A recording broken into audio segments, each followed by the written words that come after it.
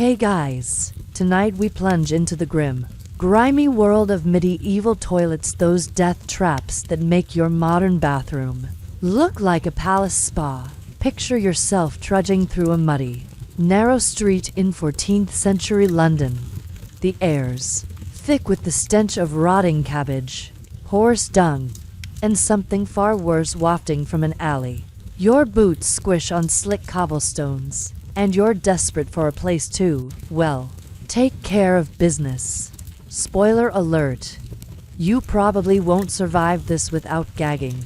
Medieval sanitation wasn't just bad, it was a chaotic gamble with your health, your dignity, and sometimes your life. So, before you get comfortable, take a moment to like the video and subscribe, but only if you genuinely enjoy what I do here. Drop a comment with your city and the local time. I'm curious where you're drifting off from tonight. Now, dim the lights. Maybe turn on a fan for that soft background hum. And let's ease into tonight's journey together. You're in a bustling medieval town, and the first thing hitting you is the smell. It's not just a whiff, it's a full-on assault. Like someone bottled a swamp and sprayed it everywhere. Houses lean over the street, their upper stories jutting out so far they almost touch. Below, open gutters run with wastewater, and you sidestep a suspicious puddle that's definitely not rain. Your goal? Find a privy. One of those fabled medieval toilets you've heard about. They're not exactly signposted with neon arrows. Most folks just squat in an alley or use a ditch. But you're determined to find something proper. Good luck. Mainstream history tells us towns like London or Paris had no centralized sewage system in the 1300s. Waste flowed into rivers or sat in cesspits under houses, breeding flies and worse. Here's the quirky bit. Some towns had gongfirmers, brave souls paid to shovel out cesspits at night. They'd haul the muck to the outskirts, but not before half of it spilled in the streets. You spot one now, a grizzled man with a cart, muttering curses as he scoops sludge. You give him a wide berth, but his cart's wheels leave a trail you're not keen to cross. Historians still argue whether these gongfirmers were unsung heroes or just desperate for coin. Would you take that job, even for a king's ransom? You keep walking, nose wrinkled, scanning for a public latrine. The stench guides you like a twisted compass. You turn a corner and see it, a rickety wooden structure over a ditch, buzzing with flies. It's not inviting, but it's your best bet. You hold your breath, praying the floorboards don't give way. The street itself is a minefield. You dodge a stray dog sniffing something unspeakable, and a woman empties a bucket from a window above. Yep, that's exactly what you think it is. You leap aside, heart racing, wondering if this is how you meet your end. A quick joke to lighten the mood. Why did the medieval peasant avoid alleys? Because relief came with a splash zone. You're not laughing, though, as you approach the privy. It's a flimsy shed, planks warped from damp, with a line of folks waiting their turn. Some are chatting, others grimacing, and one guy's eating an apple. Seriously, dude. The lack of privacy is jarring. You're used to locked doors, but here, it's a free-for-all. You steel yourself, knowing this is just the start of the toilet terrors awaiting you. You're finally at the public latrine, a creaky wooden shack that looks like it's one strong gust away from collapsing into the ditch below. The stench hits you like a punch, a mix of human waste and something sour you can't quite place. You squeeze through a crowd of townsfolk, some shifting impatiently, others looking resigned to their fate. This is no modern restroom with shiny tiles and air fresheners. It's a communal nightmare where privacy is a myth. You find a spot on a long, splintered bench with holes carved into it, each one a portal to the festering ditch beneath. You sit cautiously, praying the wood holds your weight. Mainstream history confirms these public latrines were common in medieval cities like York or Cologne by the 13th century, often built over rivers or ditches to carry waste away sort of. In reality, the system was a mess, with overflow clogging streets and waterways. Here's the quirky tidbit. Some latrines had conversation holes where people chatted while doing their business, like it was a social club. You overhear, too, merchants arguing about wool prices, totally unfazed by the setting. You're not sure whether to admire their nonchalance or question their sanity. Historians still argue whether this casual attitude to communal toilets reflected practicality or a complete lack of hygiene awareness. Would you join the chat or just focus on surviving? You grip the bench, trying not to think about what's below. The boards creak ominously, and you swear you hear a splash that's too close for comfort. A fly buzzes past your face, and you swat it away, wondering if it's carrying last week's plague. The crowd around you is a cross-section of medieval life. A baker with flour-dusted hands, a nun muttering prayers, a kid who's clearly here on a dare. There's no divider between you, just a shared ordeal. You notice the bench is worn smooth from years of use, which is both comforting and deeply unsettling. A quick joke to ease the tension. Why did the medieval latrine have the best gossip? Because everyone spilled their secrets literally. You're not laughing, though, as a gust of wind rattles the shack, making you wonder if you'll fall through. The ditch below isn't just a health hazard, it's a death trap. Records from the time mention folks drowning in collapsed latrines. A grim fate you're keen to avoid. You try to focus on something else, like the graffiti scratched into the wood crude drawings. And names, proof people have been bored here for centuries. The lack of sanitation is overwhelming. There's no running water, no soap, just a bucket of questionable liquid in the corner that's supposed to be for cleaning. You decide to skip it.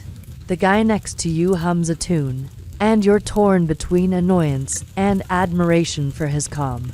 You're starting to understand why that "gone for more from the streets" seemed so miserable. This system is chaos. You finish up, eager to escape, but the line behind you is already pushing forward. As you step back into the stinking street, you realize the latrine was just the beginning of this perilous journey. You're teetering over a cesspit now, having escaped the public latrine's social chaos, only to face a new kind of terror. The private toilet of a modest medieval home. You're in a cramped backyard, staring at a flimsy wooden outhouse perched over a deep, dark pit. The smell is eye-watering, like the street stench decided to settle down and raise a family. You step inside, ducking under a low beam, and settle onto a rough-hewn seat with a hole that drops straight into the abyss. The walls are thin, and you hear rats skittering below, way too close for comfort. Mainstream history tells us cesspits were standard in medieval towns by the 14th century, dug under homes or shared between neighbors. They were supposed to be emptied regularly, but most overflowed, leaking into wells and streets, turning every trip to the loo into a health roulette. Here's the quirky bit. Some folks tossed herbs like lavender into cesspits, believing it would purify the air. You spot a wilted sprig in the corner, doing absolutely nothing to mask the odor. It's like putting a band-aid on a broken leg. Historians still argue whether this was blind optimism or a desperate attempt at civility. You sprinkle flowers in a pit of doom. You grip the seat, praying the structure holds. The pit below is a mystery. Nobody knows how deep it goes or what's living down there. You've heard tales of cesspits collapsing, swallowing unlucky souls whole. A quick joke to lighten the mood. Why did the peasant fear the privy?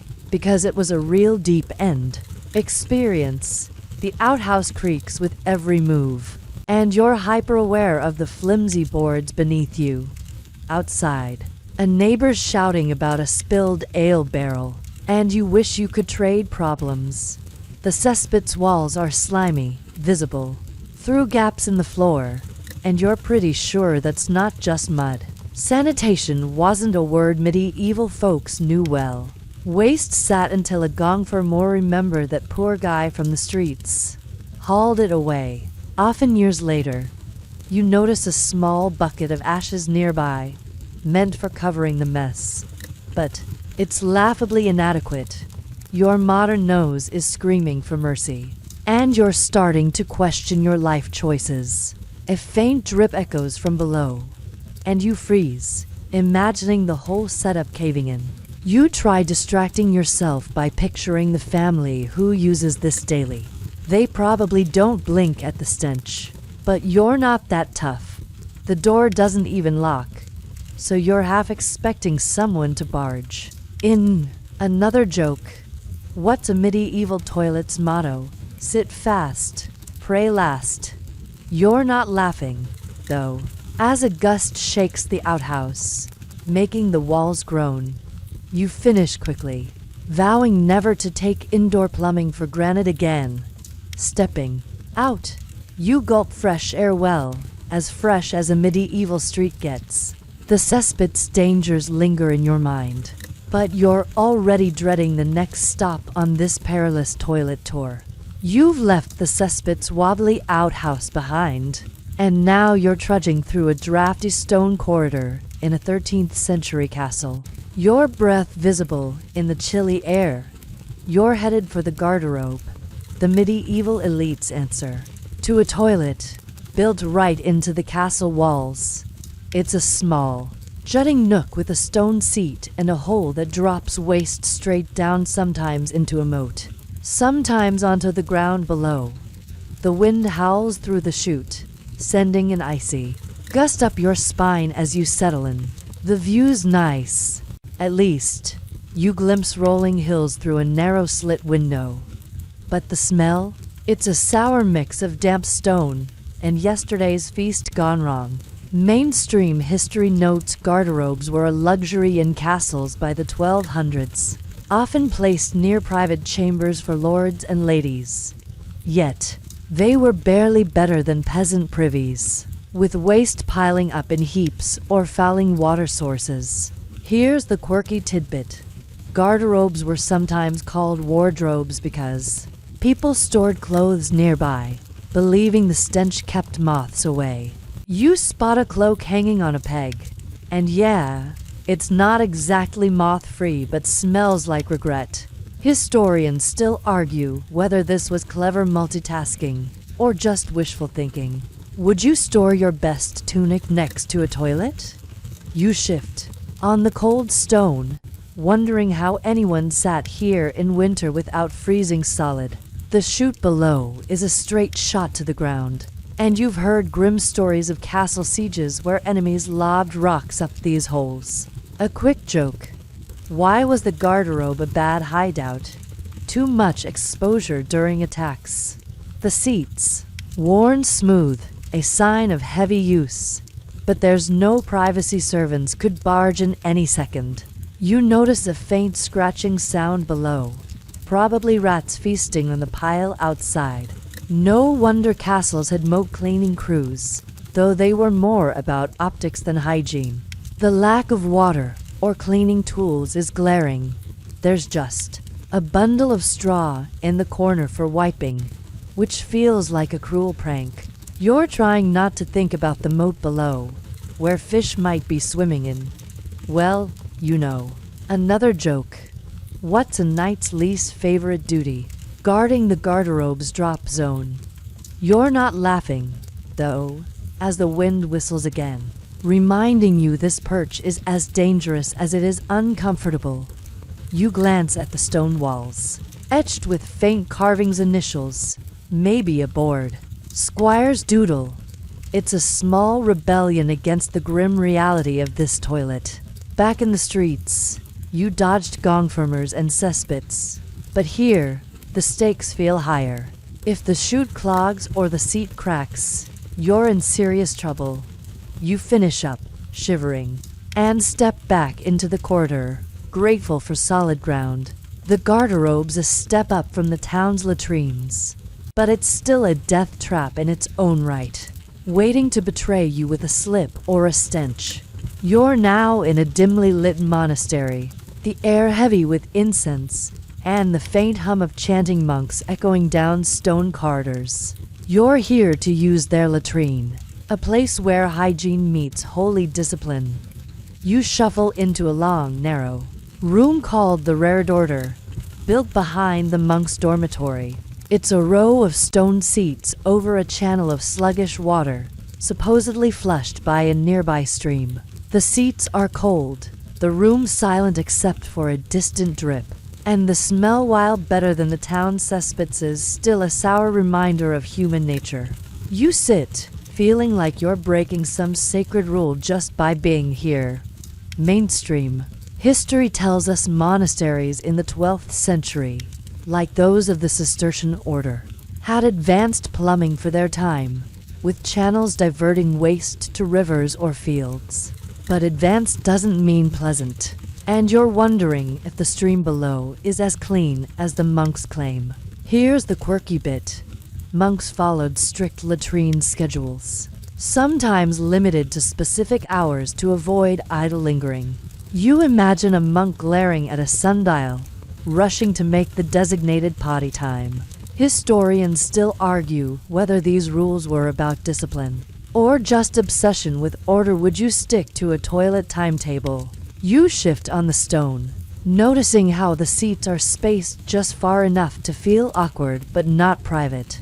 The water below gurgles, carrying waste away, but you spot green slime on the channel's edges, suggesting it's not exactly a sparkling stream. A quick joke. Why did the monk dread latrine duty? Because cleaning the Rare Order was a real holy mess. The room's stark, with no decorations except a small cross carved above one seat, as if to remind you to pray for survival.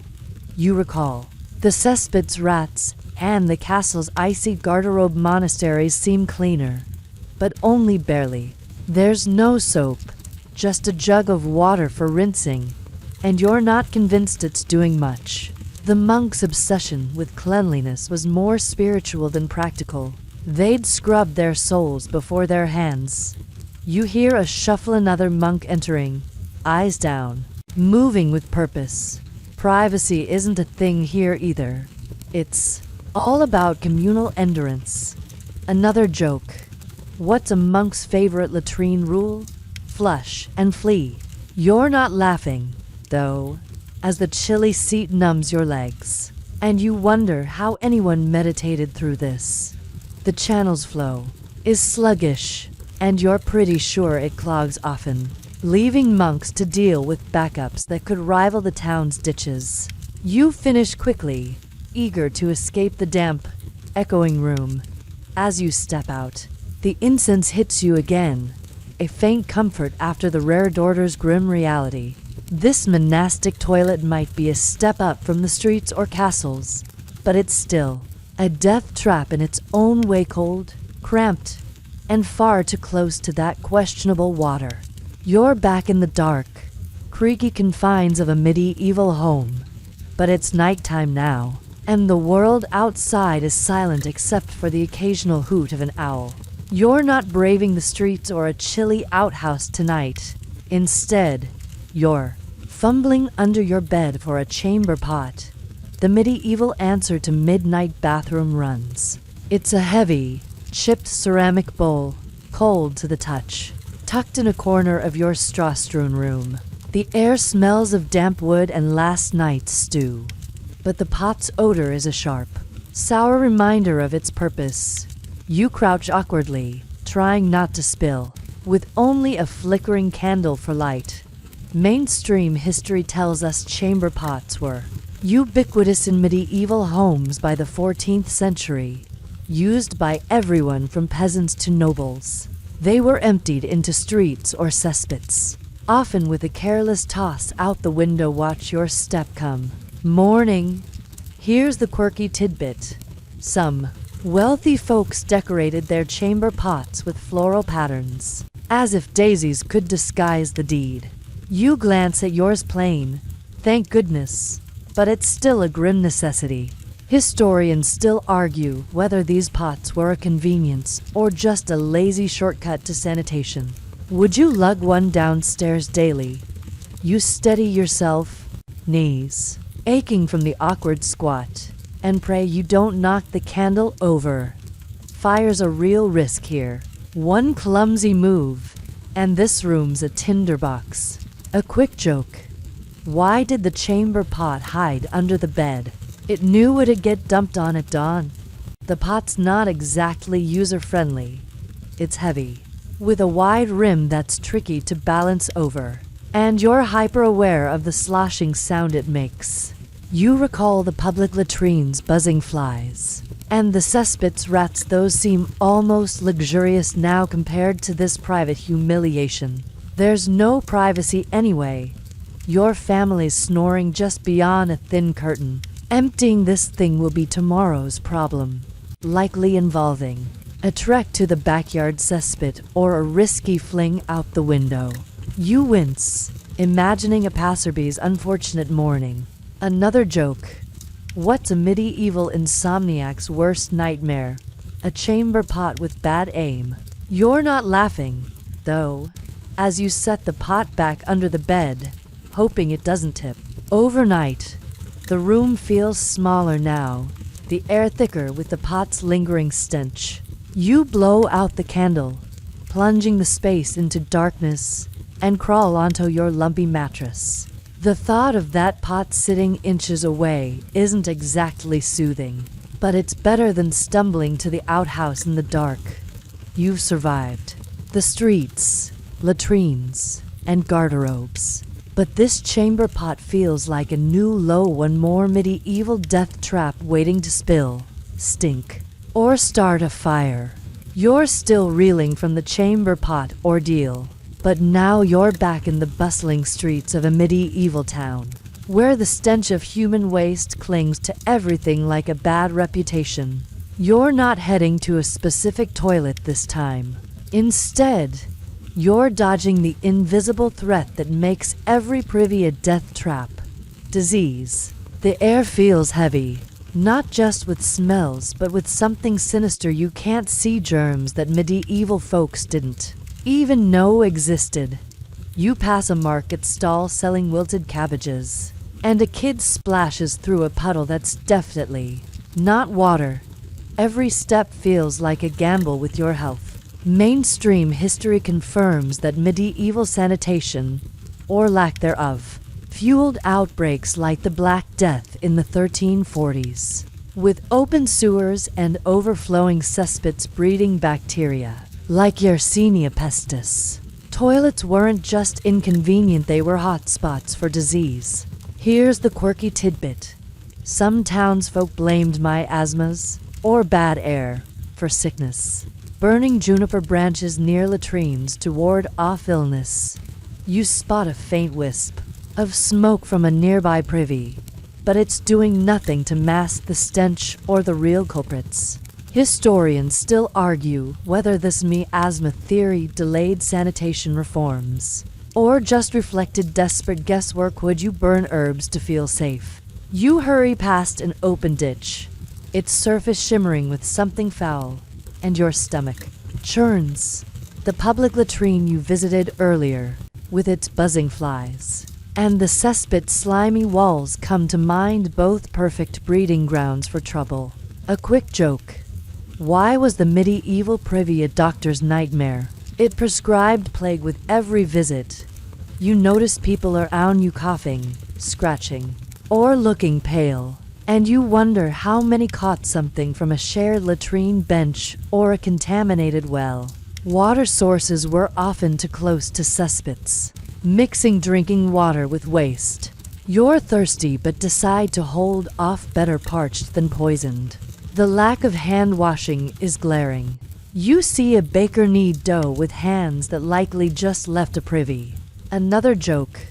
What's a medieval germ's favorite hangout? Anywhere you forgot to scrub. You're not laughing, though, as you sidestep a suspicious pile near a tavern. The threat of cholera, dysentery, or worse looms large, and you're starting to see why life expectancy hovered around 35. You pass a healer's stall, where a woman hawks cures like vinegar-soaked rags. You're tempted, but you know they're no match for the microscopic enemies lurking in every toilet. The memory of the monastery's sluggish rare order channel and the castle's moat pile makes you shudder, each one a petri dish in disguise. You pull your cloak tighter, as if that'll protect you, and keep moving, praying you don't carry the privy's invisible dangers with you. You're weaving through a crowded medieval marketplace, the air thick with the smells of bread, sweat, and that ever-present whiff of sewage. You're not sitting in a privy this time, but you're surrounded by whispers of something just as unsettling: toilet superstitions. Every step past a latrine or cesspit feels like tempting fate, as townsfolk mutter about demons and curses lurking in these foul places. You overhear a woman warn her child not to linger near a public latrine, claiming spirits might snatch him through the hole. You raise an eyebrow but feel a chill anyway. These stories are wild, but the grim reality of these death traps makes them oddly believable. Mainstream history shows that by the 14th century, medieval Europe was steeped in superstition, with many blaming supernatural forces for unexplained deaths tied to poor sanitation. Toilets, with their stench and danger, were prime suspects for demonic activity. Here's the quirky tidbit. Some believed privies were portals to hell, and people hung charms, like iron nails, to ward off evil. You spot a rusty nail dangling above a nearby latrine door, swaying in the breeze, and wonder if it's doing anything at all. Historians still argue whether these beliefs were pure fear or a way to cope with constant disease. Would you hang a charm for luck? You keep your distance from the latrine, remembering the cesspits rats and the monastery's slimy channel. A quick joke. Why did the peasant fear the privy at midnight? The demons were on the night shift. The crowd around you is a mix of skeptics and believers. A man selling amulets claims they'll protect you from latrine spirits, and you're tempted to laugh, but the memory of the garderobe's icy chute makes you hesitate.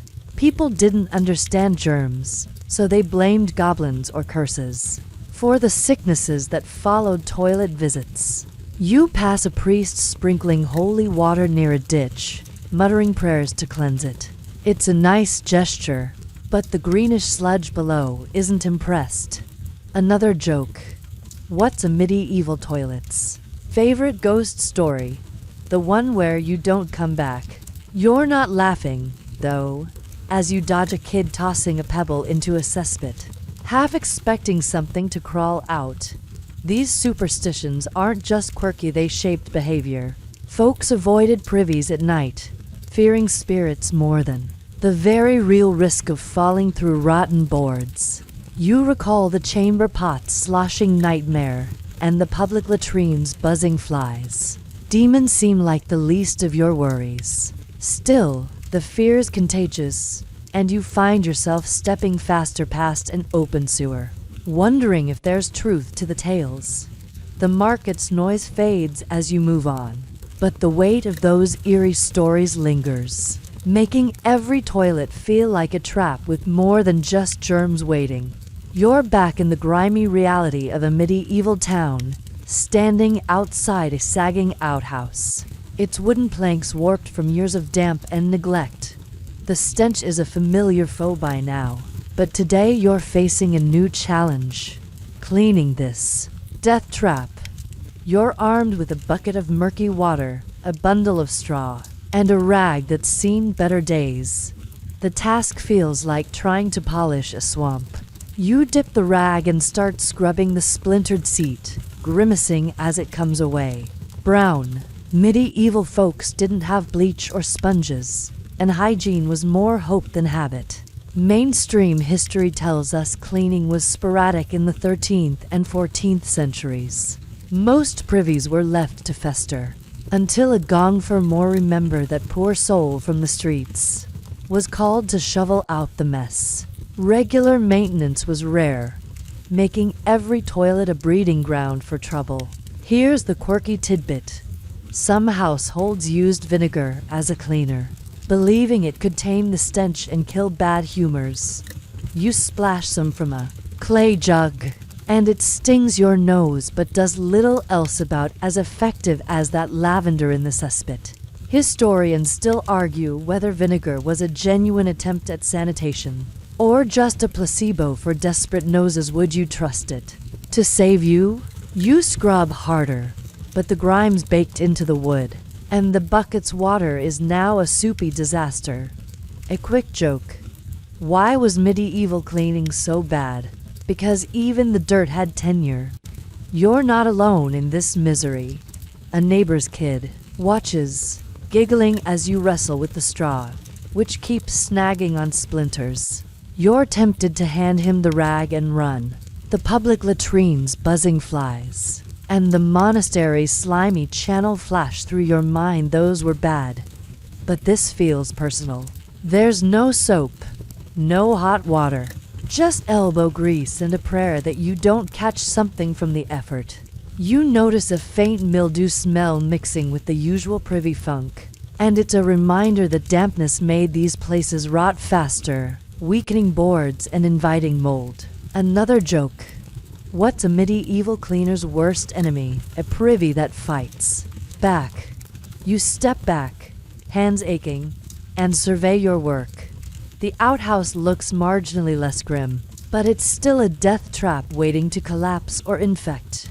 You toss the rag into the bucket, vowing to avoid this chore next time. The street outside is no cleaner, with its open ditches and wandering pigs. But at least it's open air. You're starting to see why people preferred chamber pots, despite their own horrors. Cleaning a medieval toilet wasn't just hard, it was a losing battle against filth, rot, and the ever-present threat of disease. You're weaving through a bustling medieval marketplace, the air thick with shouts of fishmongers and the clatter of carts. The stench of rotting vegetables and open sewers mixes with the now familiar privy funk, and you're on a mission to find relief in one of the market's public latrines. After the noble's cushioned garderobe, you're bracing for something rougher. You spot it. A sagging wooden shed tucked between a butcher's stall and a pile of barrels, packed with traders and shoppers elbowing for space. The latrine's a chaotic hub, its bench lined with grim-faced folks, and the ditch below gurgles with a sluggish flow. You squeeze in, wincing at the sticky seat.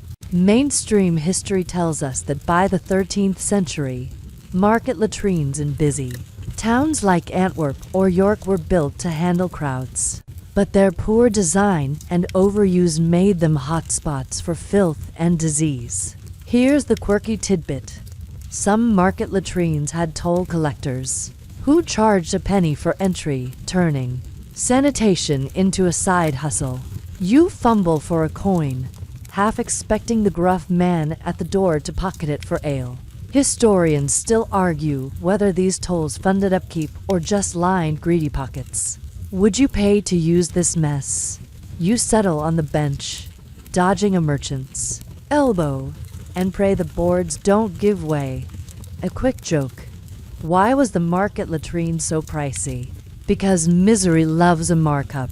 You're not laughing, though, as the ditch's stench hits you, worse than the village privy's frozen pit. The crowd's relentless people pushin', shouting about trade deals, while flies buzz like they own the place. You recall the town's failed regulations and the peasant's DIY outhouse. This latrine's chaos makes them seem tame. There's no cleaning here, just a bucket of slimy water that's more decoration than utility. A spilled ale mug floats in the ditch below, proof Nobody cares about rules. Another joke. What's a market latrines VIP pass? A nose plug and a prayer. You finish fast, shoving past a tanner who reeks of hides, and stumble back into the market's clamor. The latrine's a death trap, not just for its filth, but for the sheer madness of sharing it with half the town's traders.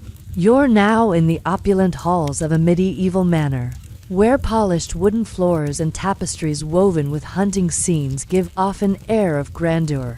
You've been invited to a noble's household, but even here, the call of nature leads you to a privy. Though it's fancier than the village's crumbling outhouse, it's no less a death trap. You're ushered to a private garderobe, a small chamber off the lord's dining hall, with a cushioned seat and a velvet curtain for privacy. The smell, though, betrays the luxury, a sharp, sour whiff that no amount of pomp can mask. You sit, feeling out of place, and notice the chute below drops into a cesspit just like the peasant's pit you repaired.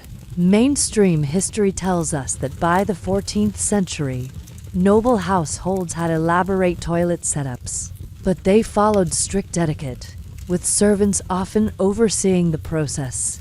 Still, these privies were as unsanitary as any breeding disease. Behind the velvet, here's the quirky tidbit. Nobles sometimes had toilet attendants who handed out linen cloths and recited prayers for a smooth visit. You spot a servant hovering nearby, holding a folded cloth with a solemn expression, and you're not sure whether to laugh or blush. Historians still argue whether this was about hygiene or just aristocratic ego. Would you want a prayer with your privy time? You adjust on the cushioned seat, but it's more style than substance.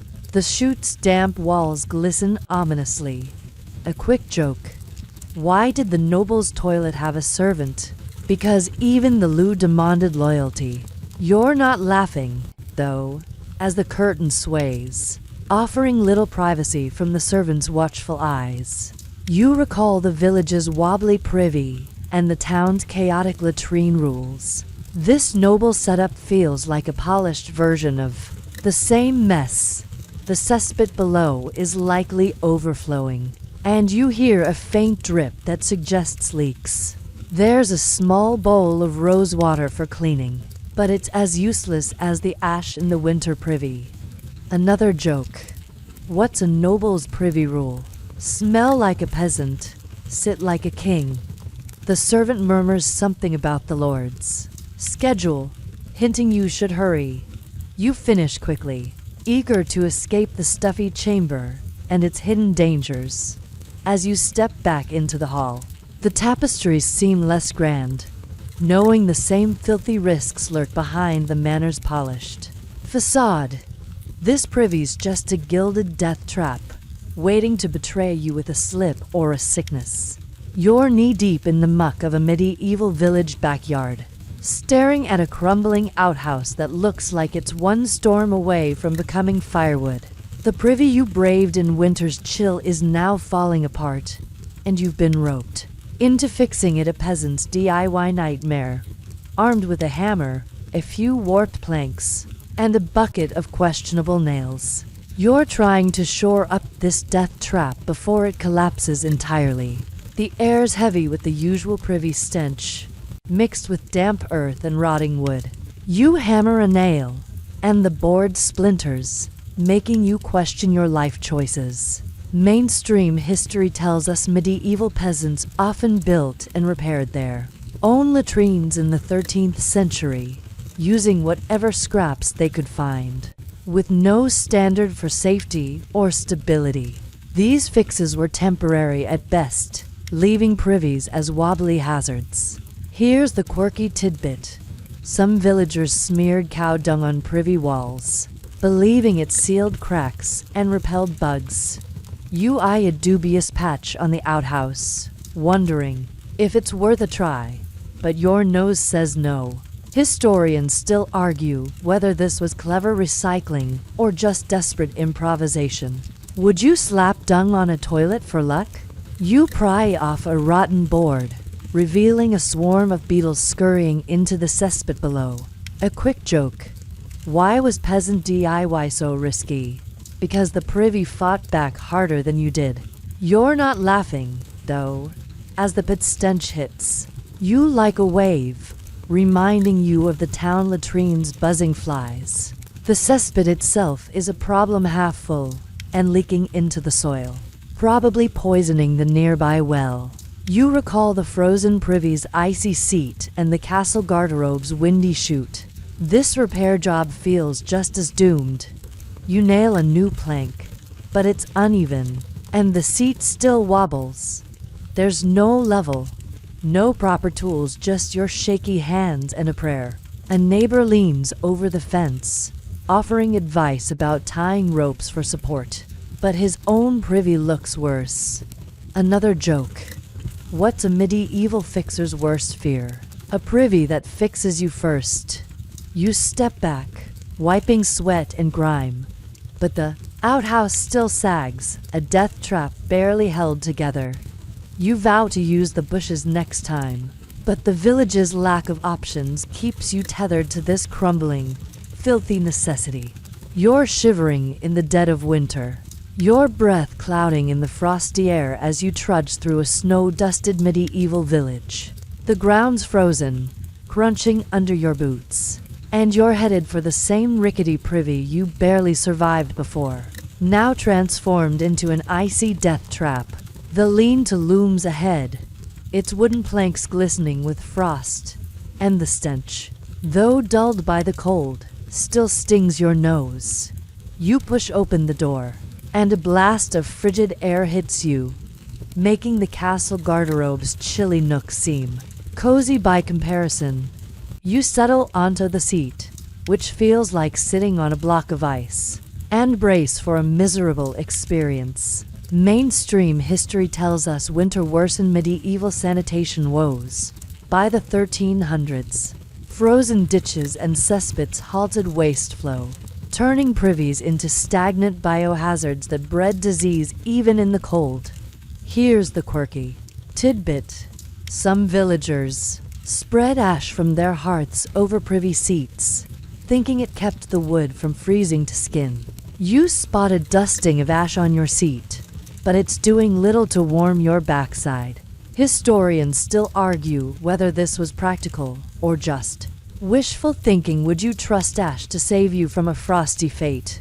The pit below is a frozen sludge, barely moving, and you're praying the boards don't crack under the strain. A quick joke. Why was the winter privy so cruel? It gave new meaning to chilled to the bone. You're not laughing, though, as your fingers numb and a gust rattles the privy's walls, threatening to topple it. You recall the town's chaotic latrine rules and the village's shallow pit. Winter makes them all worse. The cold slows everything, your movements. The ditches flow. Even the rats seem sluggish. There's no water for cleaning, just a frozen lump of straw in the corner, useless for wiping. You hear a neighbor coughing through the thin walls, a reminder that disease doesn't take a winter break. Another joke. What's a medieval winter toilet's motto? Freeze now, regret later. You finish quickly, teeth chattering, and stumble back into the snow, grateful to escape the icy seat but dreading the next visit. This privy's not just a death trap, it's a frostbitten gamble with every freezing squat. You're back in the bustle of a medieval town, the streets alive with hawkers shouting about fresh bread and blacksmiths hammering away. The stench of open gutters lingers, and you're on a mission to find a shared public latrine, guided by a faded sign pointing down a narrow alley. Last time, you barely survived the village privy's flimsy boards. Now, you're facing the chaos of urban sanitation rules or the lack thereof. You squeeze past a cart piled with turnips and spot the latrine, a sagging wooden structure over a ditch, packed with townsfolk jostling for a spot. The air's thick with a rancid tang, and you wonder if you'll make it out unscathed. Mainstream history tells us that by the 14th century, towns like Bristol or Florence tried regulating public latrines with fines for misuse, but enforcement was spotty at best, leaving these places as filthy free-for-alls. Here's the quirky tidbit. Some towns required latrine users to bring their own wiping stick, a reusable tool that sounds like a hygiene nightmare. You clutch a splintered stick someone handed you, wondering where it's been. Historians still argue whether these rules were about order or just bureaucratic nonsense. Would you carry your own stick to the loo? You elbow your way to a bench, dodging a man who's clearly ignoring the no loitering rule. The seat's worn smooth, but the ditch below is a bubbling mess, barely flowing. A quick joke. Why did the town's latrine rules fail? Because nobody followed the stink laws. You're not laughing, though, as the bench creaks under you, and you pray it holds. The crowd's a mix of merchants, laborers, and a grumpy monk, all sharing this grim ritual. You spot a faded notice nailed to the wall, warning of fines for dumping trash in the ditch, yet there's a broken jug bobbing below. The regulations sound good on paper, but the reality's a mess. You recall the village privy's shallow pit and the castle garderobe's icy drop. This urban latrine's just as bad, with added chaos. There's no cleaning crew in sight, just a lone fly buzzing like it owns the place. Another joke. What's a medieval latrine's rulebook? A suggestion nobody reads. You finish quickly, dodging a newcomer's pushy entrance, and escape to the alley, gasping for air that's only slightly less foul. The town's rules might aim for order, but this toilet's still a death trap, ready to drown you in filth or fines. You're back in the heart of a medieval village, standing outside the familiar crumbling outhouse. Its stench a grim reminder of past visits. This time, you're not here to use it but to tackle the smell itself, armed with a basket of herbs and a desperate hope to make this death trap bearable. The air's thick with the usual sour reek, and you're clutching sprigs of mint and rosemary, ready to test the village's latest trend, herbal remedies for privy odors. You scatter the herbs around the seat, hoping for a miracle, but the stench barely flinches. Mainstream history tells us that by the 14th century, medieval folks often used herbs like lavender or sage in privies, believing they purified the air or warded off disease. In reality, these fragrant fixes were about as effective as a candle in a windstorm, doing little to mask the cesspits' dangers. Here's the quirky tidbit. Some villagers swore by hanging dried thyme in privies, claiming it kept foul spirits at bay. You tie a bundle to a nail, but it just sways sadly, overwhelmed by the pit's funk. Historians still argue whether these herbal attempts were about hygiene or superstition. Would you bet on thyme to save your nose? You sprinkle more mint, but the cesspits' odor laughs in defiance, reminding you of the flooded privy's swampy mess. A quick joke. Why did the herbs fail the privy? They couldn't handle the deep-rooted stench. You're not laughing, though, as a fly buzzes past, mocking your efforts. You recall the roadside shack's exposed ditch and the market latrine's buzzing chaos. Herbs didn't stand a chance there either. The pit below gurgles, and you notice it's leaking again, probably tainting the nearby stream. There's no real cleaning here, just your basket of wilting greenery and a rag that's given up. A neighbor stops by, tossing in some crushed sage, and shrugs when you ask if it works. Another joke. What's a privy's favorite herb? None, they all wilt on duty. You step back, nose burning, and realize this herbal remedy is a bust. The privy remains a death trap. Its stench a stubborn foe no plant can conquer, leaving you to flee back to the village's muddy pots, dreaming of fresher air. You're trudging along a muddy medieval road, far from the town's bustling market and the village's flooded privy, with only the creak of a passing ox cart and the chirp of distant birds for company. You're traveling between towns, and nature's call hits hard, but there's no cozy garderobe or even a rickety outhouse in sight. Your only option is a roadside ditch, half hidden by overgrown weeds. Or if you're lucky, a crude traveler's privy at a nearby inn.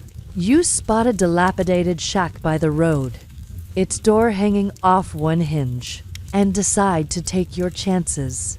The stench is immediate, a sour mix of human waste and damp earth, and the floor's a patchwork of mud and straw. Mainstream history tells us that by the 13th century, travel in medieval Europe was grueling, and roadside sanitation was almost non-existent, forcing travelers to rely on makeshift privies or nature itself, both teeming with risks. Here's the quirky tidbit. Some inns offered travelers pots, portable wooden seats you could borrow and return, hygiene not guaranteed. You eye the shack's wobbly bench, wishing for one of those pots. But it's just you and this grim setup. Historians still argue whether these portable seats were a clever innovation or a germ-spreading disaster. Would you trust a shared toilet seat? You settle in, bracing against the swaying walls, and pray no bandits choose this moment to strike. A quick joke. Why was the roadside privy so scary? It was a bandit's favorite ambush spot. You're not laughing, though, as a gust shakes the shack, and you hear something scurry in the weeds below. The ditch beneath is shallow, barely hiding its contents, and you recall the town's overflowing cesspit and the market's chaotic latrine. Those seem almost luxurious now. There's no water, no straw, just a stick for cleaning that you're not touching. You're exposed out here, with travelers passing close enough to hear every sound. Another joke. What's a traveler's privy rule? Squat fast, hope nobody's watching. The inn's nearby, but its privy is likely just as bad, and you're not keen to trek further. You finish quickly, dodging a splinter as you stand, and hurry back to the road, grateful to escape this roadside death trap. It's a stark reminder that even away from town, medieval toilets or their absence were a perilous gamble.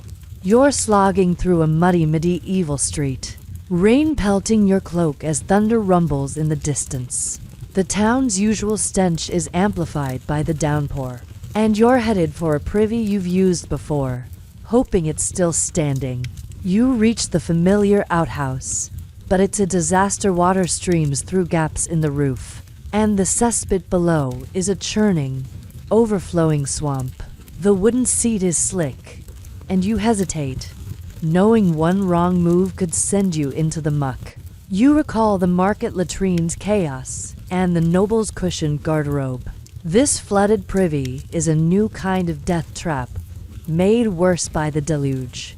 Mainstream history tells us that heavy rains in the 14th century often overwhelmed medieval sanitation, turning cesspits into toxic lakes that leaked into homes and wells, spreading disease like wildfire.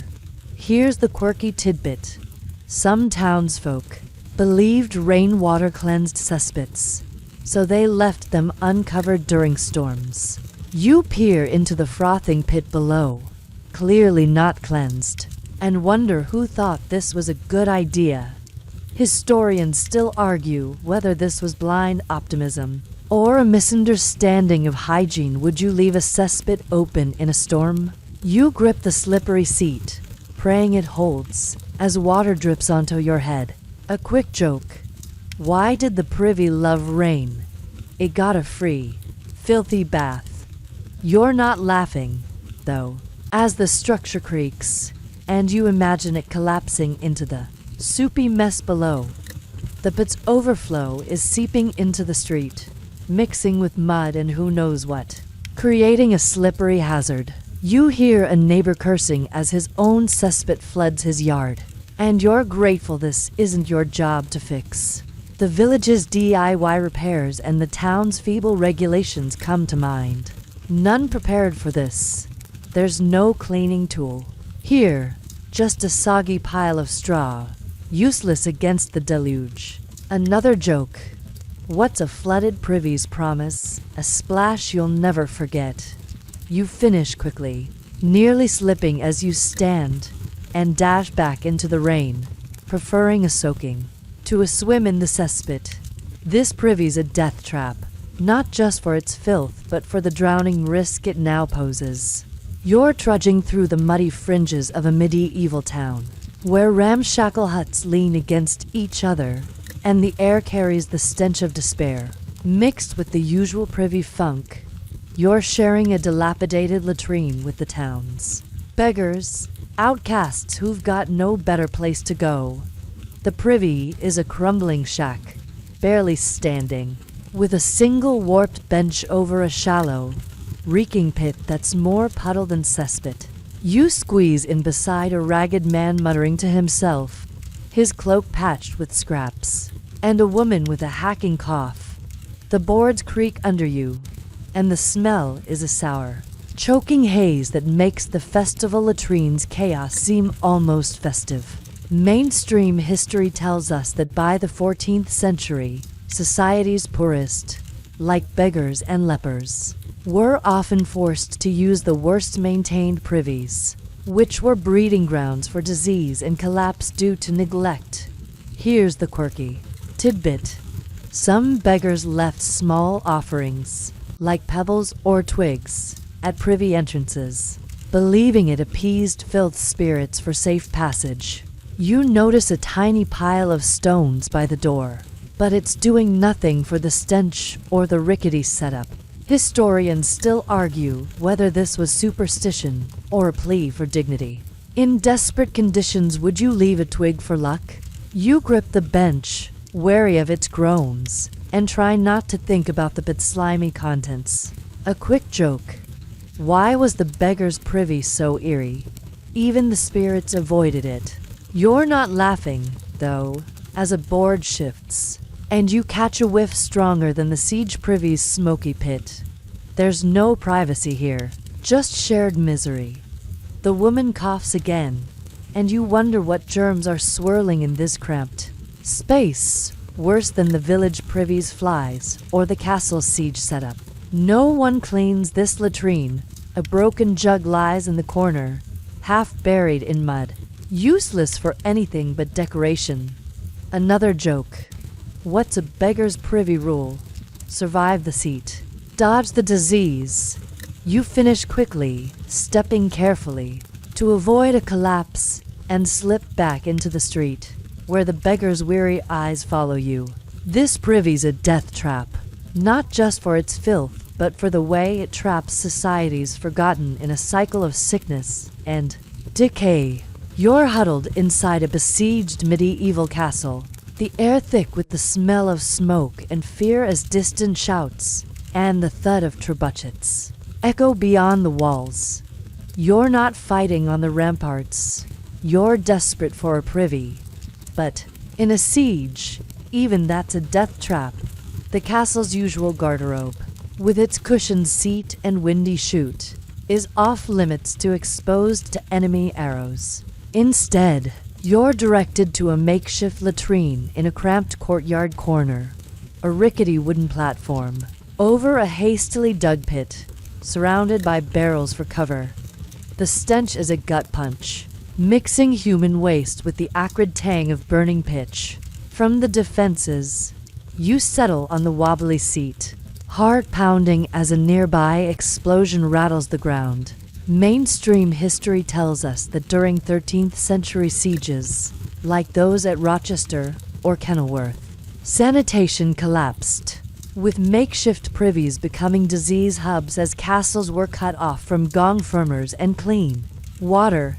Here's the quirky tidbit. Some siege privies were built with defensive holes, so waste could drop onto attackers below sanitation as warfare. You peer down the chute, half expecting to hear a yelp, but it's just a slimy pit. Historians still argue whether this was strategic or just desperate improvisation. Would you aim for the enemy in a pinch? You grip the platform, praying it doesn't collapse under you. A quick joke. Why was the siege privy so bold? It doubled as a catapult. You're not laughing, though, as a splinter jabs your hand, and you recall the festival latrines' chaos, less deadly but no less grim.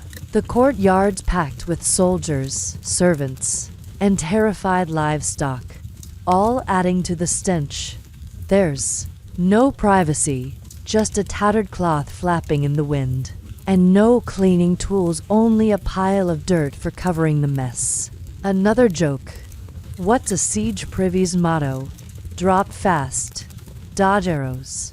You hear a rat scurry below, a reminder of the disease lurking in this pit, worse than the village privy's flies or the town's overflowing ditch.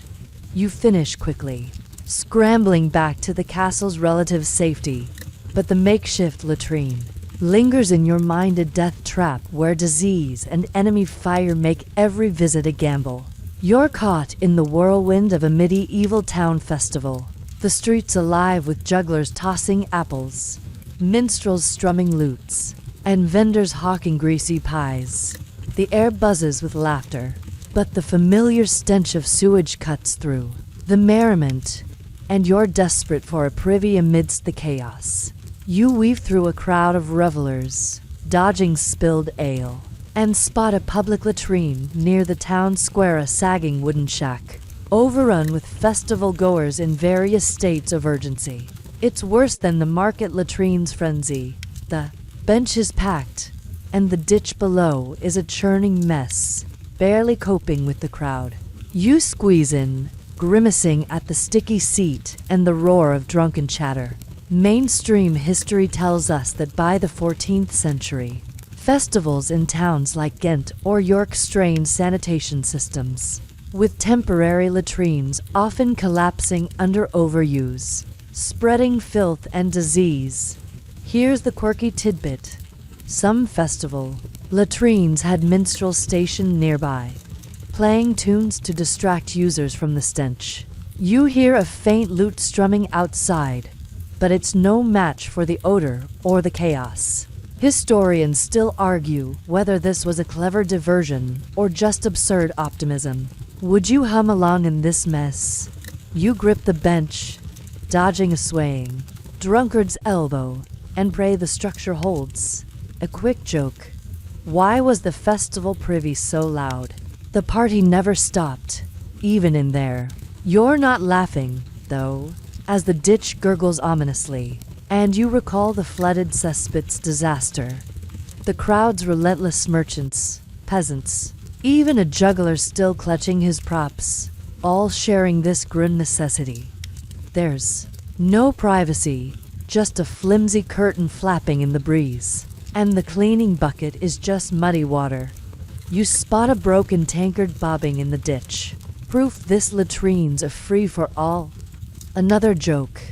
What's a festival latrines? Rule: first in, first to flee. You finish fast, shoving past a singing apprentice, and stumble back into the festival's clamor, gasping for air. This privy's a death trap, not just for its filth, but for the sheer madness of 100 revelers turning it into a chaotic, stinking nightmare.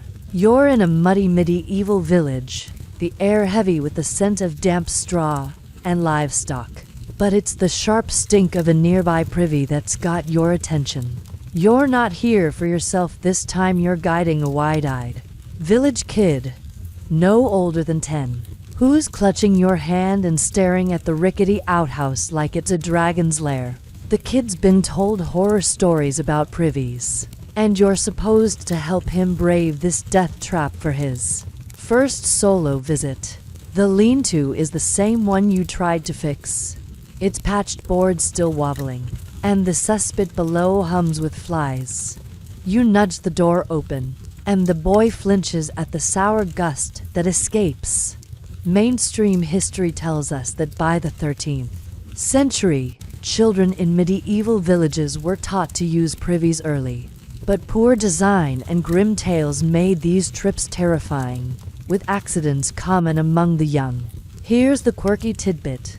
Some parents tied ropes around kids' waists when they used privies, fearing they'd fall through weak boards. You check the kid's belt, half tempted to tie a knot yourself, but he's already trembling. Historians still argue whether these precautions saved lives or just fueled kids' nightmares. Would you rope up a child for a toilet trip? You point to the seat, trying to sound calm, but the creaking doesn't help. A quick joke. Why did the kid fear the privy? It was scarier than bedtime ghost stories.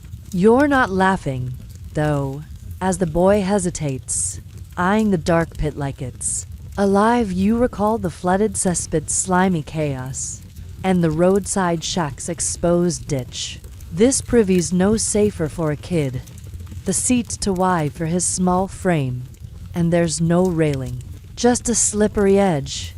You stand guard, shooing away a curious goat, and tell him to hurry.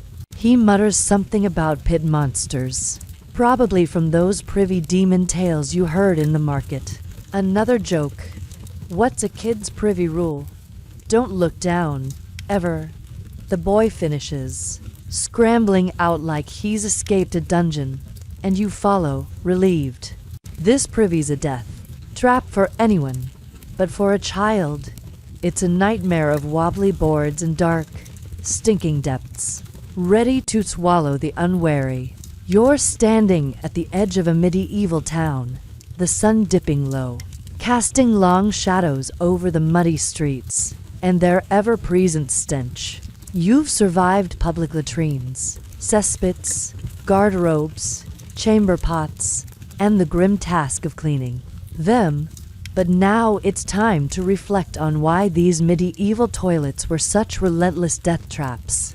You lean against a weathered fence, watching a cart rumble by, likely hauling waste to some unlucky field. The air's still thick with that familiar sour tang, but you're almost used to it now, almost.